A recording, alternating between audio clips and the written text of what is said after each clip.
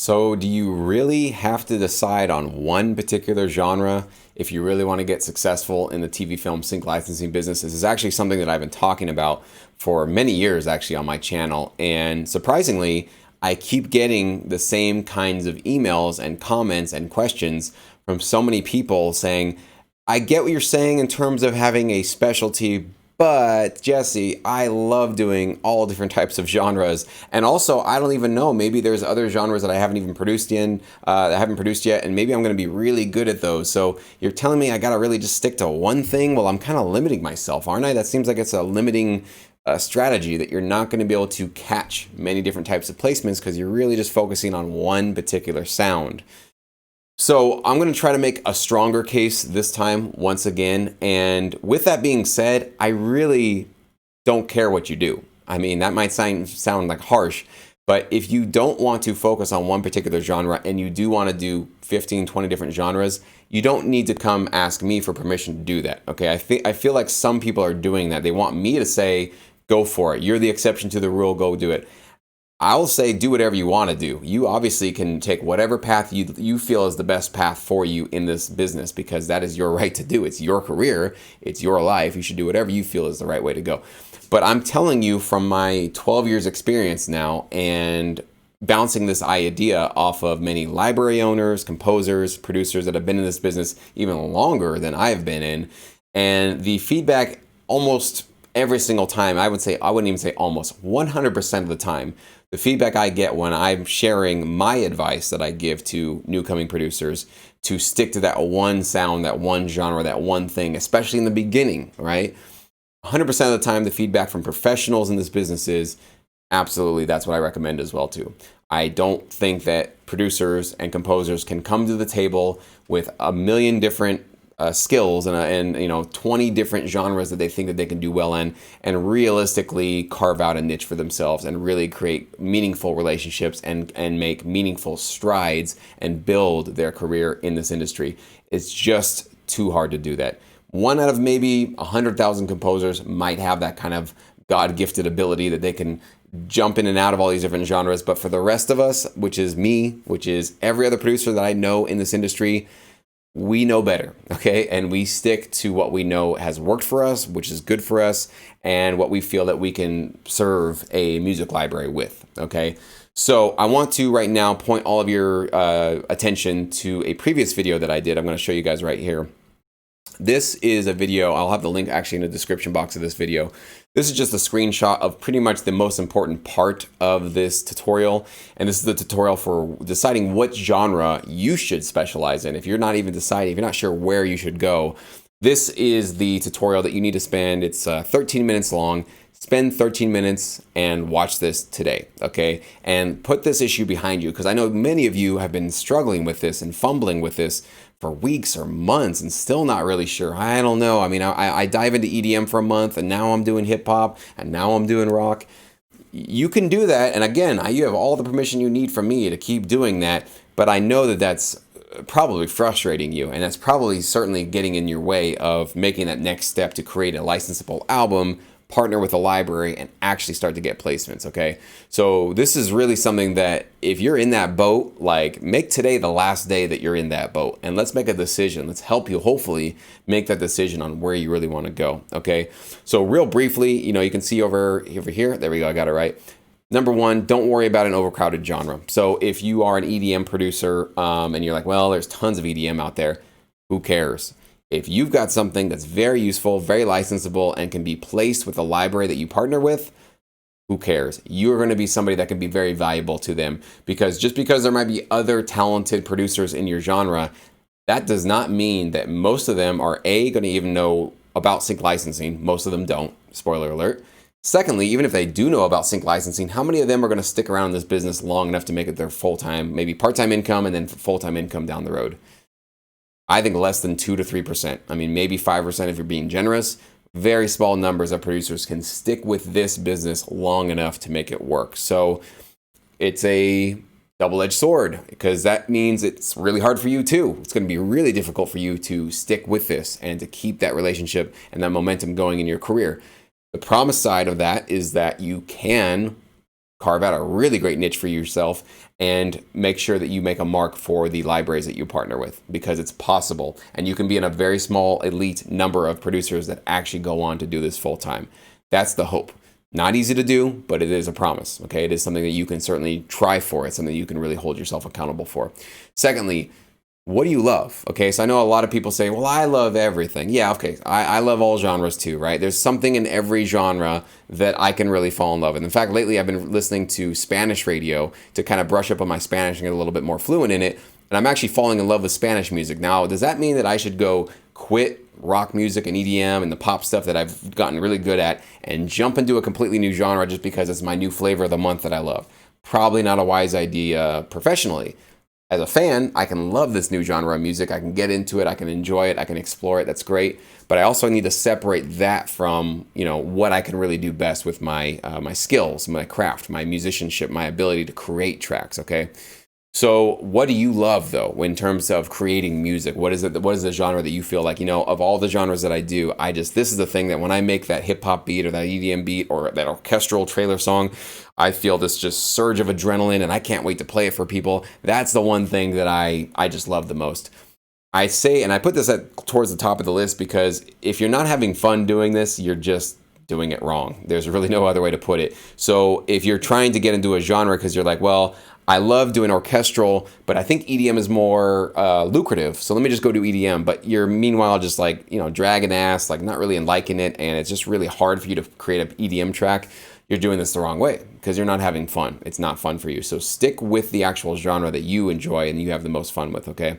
What genre comes easiest for you? And easiest, I mean, which one do you get the most natural ideas for? Okay, for me, when I'm coming up with rock stuff, it's like rock riffs come out of me like effortlessly. I'm just breathing and there's rock riffs landing onto I use, MIDI keyboards these days. But when I was plugging in my guitar back in the day, I could write riffs all day long. It was super easy. So also think about a genre that you can actually dive into and you can actually get really good at and not necessarily get good at, but just that ideas just tend to flow a lot easier. And you tend to be able to finish tracks much easier in that genre. It's a really thing. I mean, it's a very important thing. If you can't finish a track, what good is that track to anybody anywhere, right? So making sure that it's a genre that you get enough ideas to be able to create that full, complete idea, really important, okay?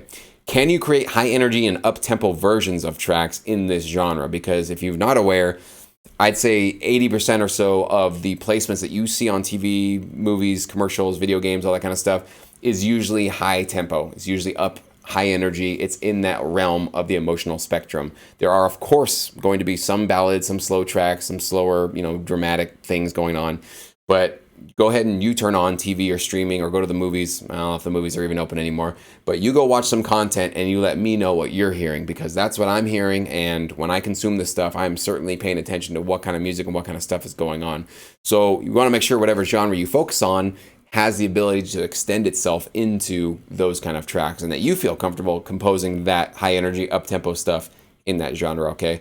Because I want to put you guys on a path to actually getting as many placements as you possibly can. If you want to make slow ballad spa music and that's just because it's where your heart's at, go for it. Have fun. I wish you all the best. I'm sure you'll find maybe some library or some uses for your music. I just want to be real with you. Don't expect that to turn into full-time income. There's probably not enough use of that kind of stuff for you to actually see enough placements to turn it into full-time income. So that's just my opinion on that. But of course, if you just want to do this to make some side cash, some grocery money, that kind of a thing, and it's just fun for you, this is all a suggestion. That's all this stuff really is. Okay, most of the stuff that I'm talking about is really for those that are no, licensing is my thing. It's what I really want to dive into. At least a significant chunk of my music career I want to dedicate to this, so I want to do it right. That's why we're giving you these suggestions and these tips, okay? Can you grow and evolve with this genre? Are you going to get tired of this genre after a month or after a week, after a year? How long can you realistically visualize yourself moving with this genre? The cool thing about every genre is that there's always an ability to introduce hybrid elements into it. So if you're a rock producer and you're like, okay, I can make metal all day long, maybe in 6 months though, you're getting a little worn out on making the same kind of metal stuff. Could you maybe start throwing in some orchestral elements and start creating some rock orchestral hybrid stuff, right? Still primarily rock, but throwing in a little bit of this larger than life orchestral feel to it. Or maybe throwing some hip hop elements into it. Vice versa, with whatever you're doing, do you feel that you could also grow with this genre that you select? Okay, that's really, really, really important. And last but not least, okay, can you create hybrids with this genre? I kind of just touched on that. So hybrids are where you're basically combining 2, 3, sometimes even 4 different genres into one track. Okay, it's a very common, one of the most common versions of this is hip hop rock. So you got hip hop drums and a rock distorted guitar on top of it, right? Think Walk This Way, when you have the hip hop beat underneath it, right?